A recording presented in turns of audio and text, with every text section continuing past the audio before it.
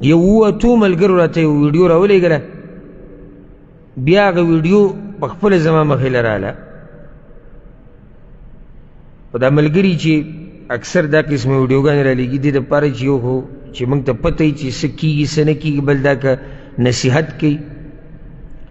نو په هغې کې دغه دیر طرف ته چېرته یو 18-13 کالو هلک ته خو پلار او مور یې ویشتي دي. نو پلار خو یې مړ دی، د مور باره کې پته نه شي اوس کس راته لګیا و یا مور یې هم کسه مړه ده.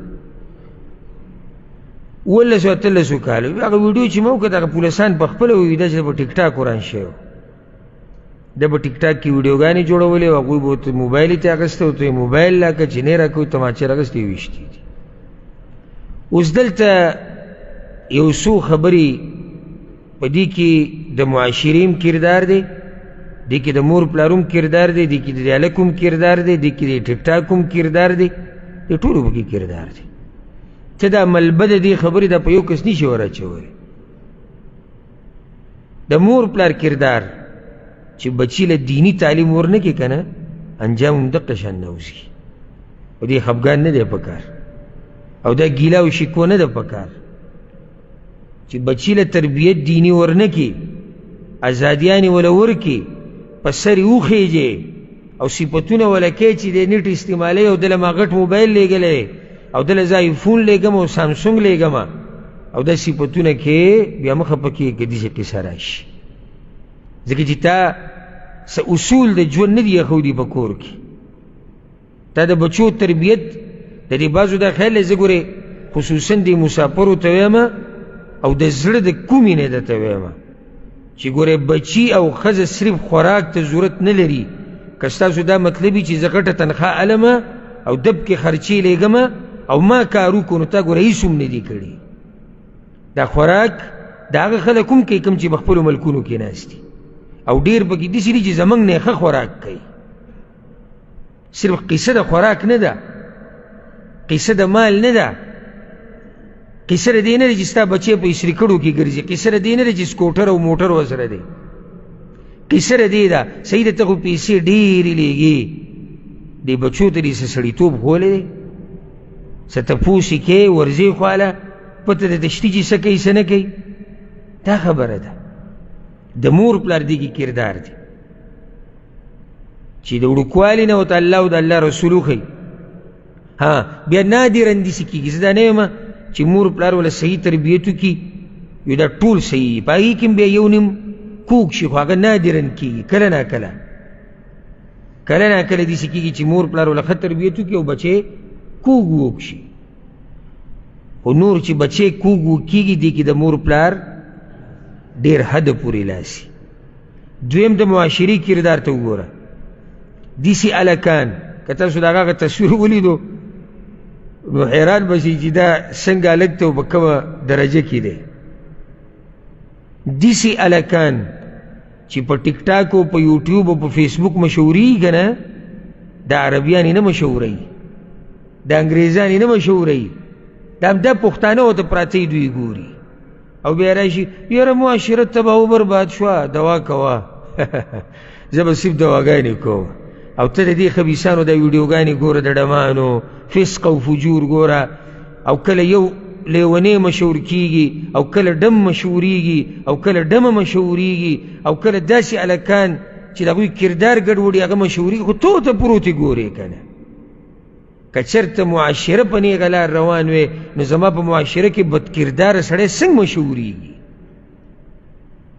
که نه؟ زما پکې غلطي نشتي؟ شتي پکې. معاشره کې بدکرداره سړی مشهورېږي. په کار دا وه چې داسې سړی زموږ مخې ته راتلی، موږ د دې ویډیو نه کتې، موږ درته نصیحت کولی، نو ده مخکې کار نه کو، دی مخکې تونه راشي باز وایي چې زمونږ وایي 2 لکه فالوورز دي. دا 2 لکه خو هم دې خلکو کې دي که نه، ځکه خلکو ته مشهور کړی.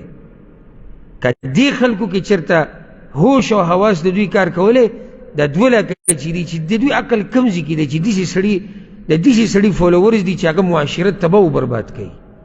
او دا درته ووایم دا نن چې ته فالوورز یې که نه او فالو کوې، دی ګوره ستا بچی هم سبا له تباه کوي.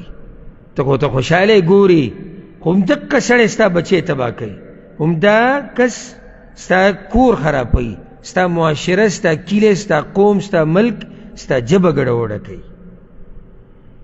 چې کردار د ما چې دا ویډیوګانې ما ته 8 کسان راولېږلي، سخت خفه شوم.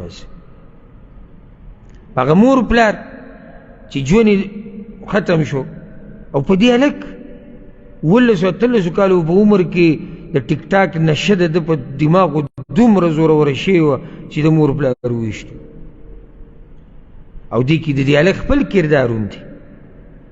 کله مور پلار هم کوشش کوي، کله معاشره هم برابروي، خو چې یو سړی په خپله ګډ وډي او نه راګرځي نو بیا د هغه راګرځول صرف د الله په توفیق سره کېږي.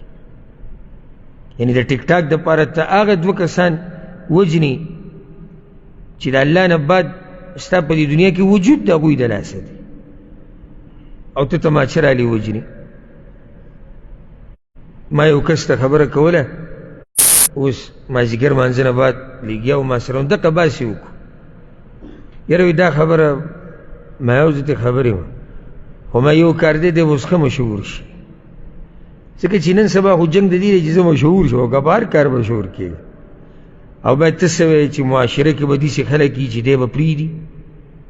نه، اوس به کیدی شي د دغه فالوور چې ورته وایي هغه دغه زوړ وخت نه ښه ډېر شي، ځکه چې مور پلار یې وجلي دي. خو زړور شو که نه چې مور پلار هم دې لپاره وجله. او یو طرف ته هغه ښایسته ښایسته ځوانان چې د الله رب العزت بندګي کوي. ځکه خو موږ چغې وو دې خلکو ته وایو چې د خپلو بچو ته الله او د الله رسول وښایې، ژوند به هم په ارامي سکون به وي.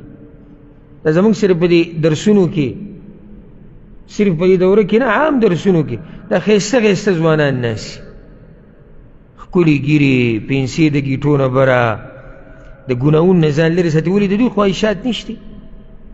ولې د دوی شهوت نشته؟ ولې د دوی ښایست او زور نشته؟ هر څه شته. خو چې وشاب نشأ فی عبادة الله یا فی طاعة الله، خو چې یو ځوان د الله په بندګۍ کې رالوی شي که نه، هغه د هر څه د خپلو خپو لاندې کړي.